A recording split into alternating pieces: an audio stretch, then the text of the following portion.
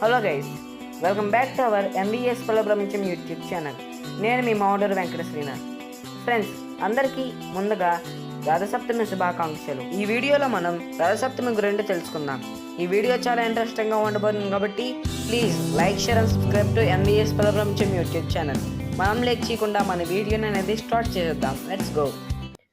సప్తానం పూరణ సప్తమి అంటే 1 నుండి 7 వరకు గల స్థానాలు పూరించేది సప్తమి. సూర్యరథ గమనానికి కారణమైంది కనుక ఈ పండుగకు రథసప్తమి అని పేరు పెట్టారు పెద్దలు. భౌతిక దృష్టికి గోచరించని సూర్యుని విశిష్టతలను మన ధర్మం గురించి కొనియాడింది. సూర్యారాధన అత్యంత ప్రాచీనమైన సాంప్రదాయం. లోకరక్షణ కోసం సూర్యుడు రథాన్ని అధిరోహించిన రోజు రథసప్తమి. ఆరోగ్యం, ఐశ్వర్యంతో పాటు దేనిని కోరేవారైనా సూర్యుని ఆరాధించాలి. కొందరు రథసప్తమినే సూర్య జయంతి అంటారు, కానీ నిజానికి సూర్యుడు పుట్టిన రోజు కాదిది. సూర్యుడు తన ఉష్ణ చైతన్యాన్ని లోకులకు పంచిపెట్టడం కోసం రథాన్నెక్కి వీధులలో ప్రవేశించిన రోజు ఇది. అయితే లోకంలో సూర్య జయంతిగా పిలువబడుతూ ఉంది. ఇక్కడ రథారోహణమే ప్రధాన కృత్యం.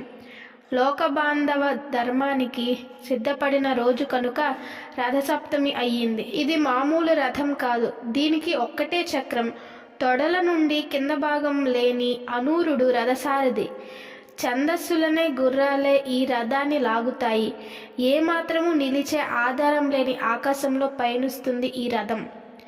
ఇన్ని విలక్షణ విశేషాలు ఉన్నాయి కనుకనే ఈ పండగని రథం పేరుగల సప్తమిగా వ్యవహరిస్తారు. సూర్య రథానికి ఉన్న గుర్రాలను ఛందస్సులు అంటారు. ఇవన్నీ వేద ఛందస్సులు. అవి గాయత్రి, త్రిష్టుప్, జగతి, అనుష్టుప్, పంక్తి, బృహతి, ఉష్ణిక్ అనేవి. వాటికి ఎప్పటికీ అలసట లేదు. గుర్రం వేగవంతమైన చైతన్యానికి చిహ్నం.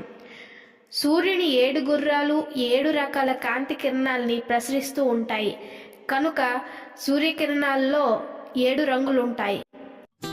గైస్, ఇది ఈరోజు వీడియో.